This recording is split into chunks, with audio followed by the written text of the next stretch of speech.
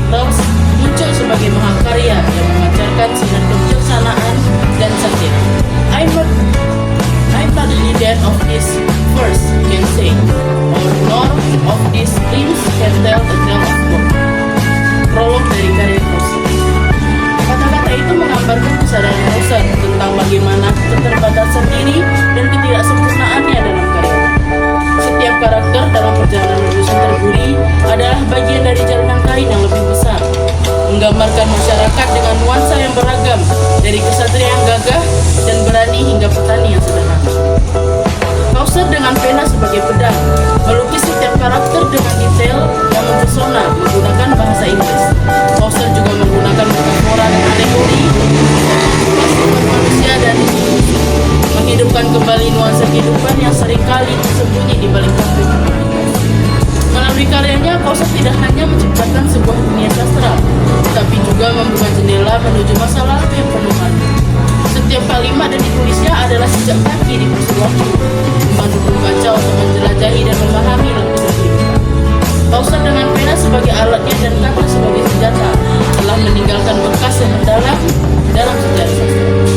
Kesatria, biarawan, dagang seraya, menyulam takdir dalam narasi yang maya. Di balik tawa terselip tanda, hidup hanyalah bayang di balik jendela.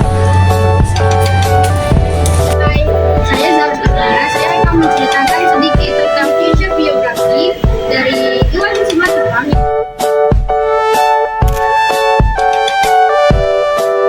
Yaitu penulis novel dunia.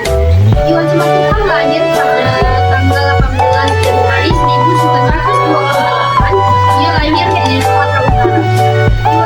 Iwan Simatupang dibesarkan oleh ayahnya yang mengajari dia dari kecil, rajin ngaji, sabar, dan juga sabar. Sebagian masa kecil Iwan Simatupang, dia dibesarkan di Aceh yang dikenal sebagai Serambi Utara. Pada masa remajanya, ia tinggal di Sibologa, tempat kelahirannya, yaitu pusat agama Protestan di Sumatera Utara. Iwan belajar mengajar Al-Quran dari orang tuanya, kemudian ia melanjutkan pelajarannya ke sekolah lanjutan di Pagar Sidang Kuat. Iwan Simatupang berhenti sekolah dan masuk pasukan, yaitu berperang dalam memasuki penjajahan Belanda. Dia menjadi komandan pasukan tentara Republik Indonesia Pelajar, yaitu PAID, dan memimpin organisasi pemuda Indonesia yang di Medan. Kesempatan setelah bebas dimanfaatkannya. Dia setelah tamat dari HBS, dia melanjutkan pelajarannya ke Turki. Terus dia melanjutkan studinya ke Fakultas Kedokteran yang ada di Yogyakarta.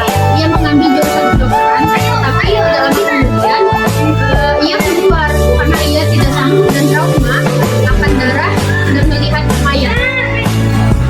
Iwan tidak dapat menyelesaikan studi di Fakultas Kedokteran. Ia langsung lanjut ke Fakultas Sastra di Universitas Indonesia dengan mengambil jurusan Sastra Indonesia. Pada tahun 1954, Iwan Simatupang memperoleh beasiswa ke Eropa untuk memperdalam pengetahuannya tentang kebudayaan. Oh iya, Iwan Simatupang tidak mempelajari sastra saja, tetapi ia juga mempelajari tentang agama, filsafat, dan lain-lain. Setelah menyelesaikan studinya di Universitas Indonesia pada tahun 1958, Iwan Simatupang bersama istri dan anak-anaknya kembali ke Paris. Pada tahun 1960, istrinya yaitu yang bernama Kori meninggal dunia karena ia menderita sakit. Setelah dia tamat dari Universitas Indonesia dan meninggalkan dia, ia bekerja sebagai dosen di beberapa perguruan tinggi. Ia juga bekerja pada perusahaan mobil dan sebagai wartawan. Karena kegiatan fisiknya terlalu banyak, Iwan menderita penyakit liver. Di sela-sela penyakit livernya, dia tidak juga lupa mengembangkan karya-karyanya, yaitu sebuah novel. Ada 4 novel yang ia buat. Yang pertama, novel Merahnya Merah pada tahun 1968 yang mendapat penghargaan dari Asia Press. Yang kedua, novelnya yang berjudul Ziarah pada tahun 1969, dan yang ketiga, novel Free pada tahun 1969, dan terakhir di akhir hayat hidupnya ia menuliskan puisi terakhir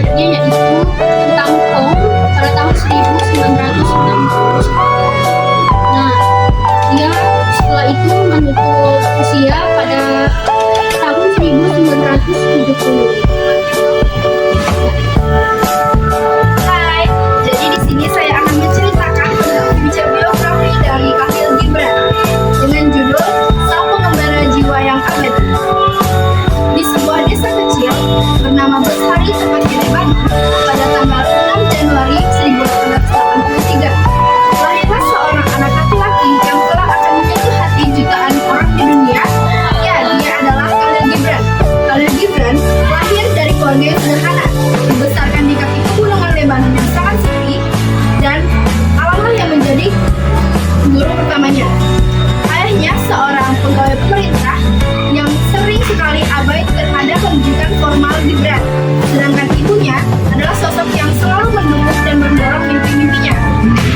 Pada usianya 12 tahun, keluarganya dan ia pindah ke Amerika Serikat untuk mencari kehidupan yang lebih baik di tengah arus imigrasi ke negara yang baru.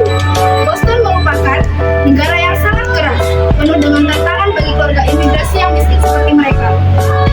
Di sekolah, meskipun beradaptasi dengan bahasa dan budaya yang baru, Khalil Gibran tetap tertarik kepada seni dan sastra.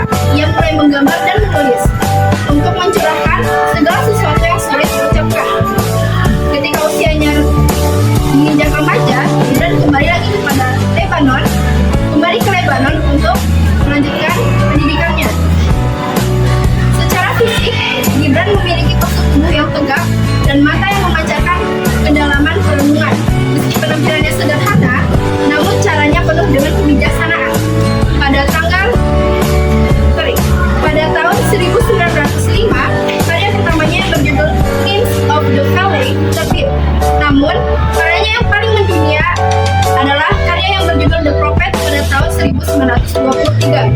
Buku ini berisi serangkaian esai puisi dengan isi tentang cinta, kebahagiaan, kebebasan, dan kematian.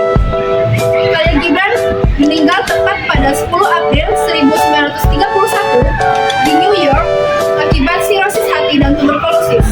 Kata-katanya sangat menginspirasi jutaan jiwa di seluruh dunia, seperti yang pernah ia katakan, ketika cinta memanggilmu, ikuti dia, meski jalannya sulit dan curang. Sekian, terima kasih. Berlian yang terakhir dari tenaga.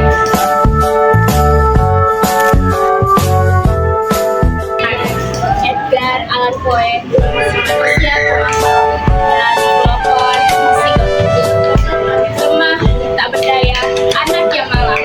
Julukan itu sempat tersematkan pada Edgar kecil. Namun pada saat dia dewasa, dia melepaskan semua julukan-julukan itu sejauh mungkin, karena Edgar yang sekarang tidak akan pernah mendapatkan julukan-julukan. Edgar Allan Poe lahir di Boston pada tanggal 19 Januari tahun 1810.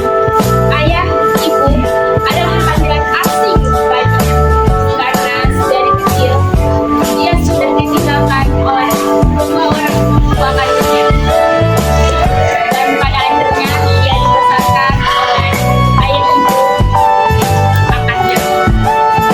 Malangnya, rupanya ia seperti anak-anak lainnya, ia malah tidak mendapatkan kasih sayang dan tidak mendapatkan keinginan cita-citanya.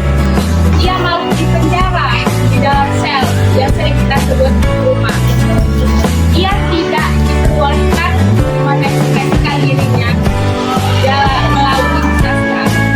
Walaupun ia sudah mencobanya berkali-kali, orang tua anaknya tetap tidak memperbolehkannya untuk bersastra. Namun, sebagai tanda terima kasih, ia tetap mengajarkan